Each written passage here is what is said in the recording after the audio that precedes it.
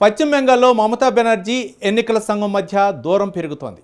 ఎన్నికల జాబితాలో నకిలీ ఓటర్లను చేర్చుతున్నారని బీజేపీ టార్గెట్గా మమతా బెనర్జీ ఆరోపించారు. ఈ ఆరోపణలు బెంగాల్ చీఫ్ ఎలక్టోరల్ ఆఫీసర్ తోసిపుచ్చారు.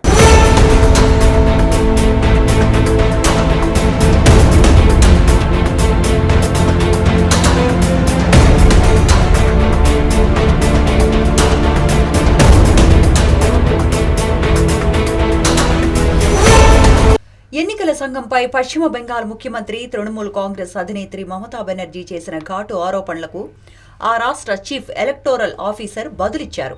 పశ్చిమ బెంగాల్ ఓటర్ల జాబితాలో బీజేపీ నకిలీ ఓటర్లను చేర్చుతోందని ఇటీవలే మమతా బెనర్జీ ఆరోపించారు. ఎన్నికల ఫలితాలను తారుమారు చేయడానికి గుజరాత్, హర్యానా వారిని పశ్చిమ బెంగాల్ వాసులంటూ ఓటర్ల జాబితాలో చేర్చుతున్నారని ఆమె ఘాటు ఆరోపణలు చేశారు. ఇందుకు ఎన్నికల సంఘం సహకారం అందిస్తోందని మమతా బెనర్జీ ఆరోపించారు. బీజేపీ ప్రయత్నాలకు సాయం అందించడాన్ని ఈసీ వెంటనే ఆపాలన్నారు.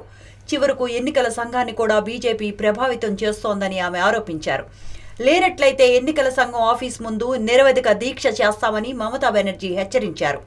ఈ సందర్భంగా 2006లో భూసేకరణకు వ్యతిరేకంగా తాను 26 రోజుల పాటు చేసిన నిరాహార దీక్షను ఆమె గుర్తు చేశారు.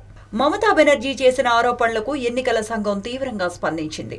మమతా బెనర్జీ ఆరోపణలు 100% నిరాధారమని పశ్చిమ Bengal chief electoral office Divyendu Das వివరణ ఇచ్చారు. ఈ మేరకు ఎక్స్ వేదికగా సీఈఓ పోస్ట్ పెట్టారు.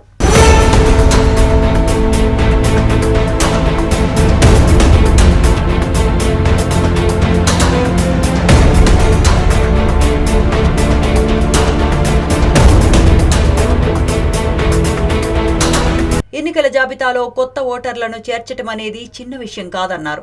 అనేక వడపోతల కార్యక్రమం తరువాతే ఎవరి పేరు అయినా ఎన్నికల జాబితాలోకి చేరుతుందని పశ్చిమ బెంగాల్ చీఫ్ ఎలక్టోరల్ ఆఫీసర్ వెల్లడించారు.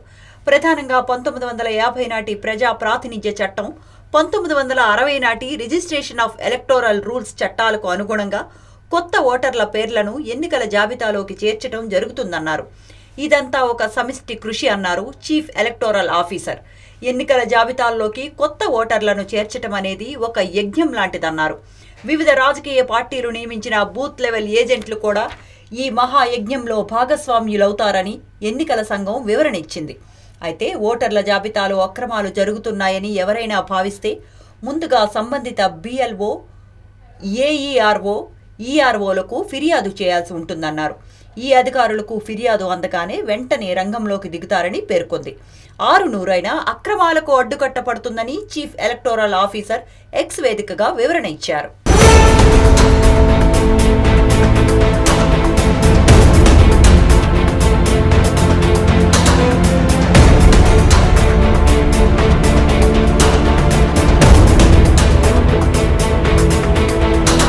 కాగా పశ్చిమ బెంగాల్లో వచ్చే ఏడాది అసెంబ్లీ ఎన్నికలు జరగనున్నాయి. దేశమంతా నరేంద్ర మోదీ హవా నడిపించినా పశ్చిమ బెంగాల్ వరకు మమతా బెనర్జీ హవాయే ఇప్పటికీ నడుస్తోంది. ఇప్పటికే మమతా బెనర్జీ 3 సార్లు అధికారంలోకి వచ్చారు. ఈ నేపథ్యంలో ఈసారైనా మమతా బెనర్జీ హవాకు బ్రేకులు వేయాలని బీజేపీ గట్టిగా నిర్ణయించుకుంది. దీంతో ఎన్నికల జాబితాలో నకిలీ ఓటర్లను చేర్పించడానికి బీజేపీ ప్రయత్నిస్తోందని ఆమె ఆరోపించారు. ఇందులో భాగంగా బీజేపీకి ఎన్నికల సంఘం సాయం చేస్తోందని ఘాటు ఆరోపణలు చేశారు.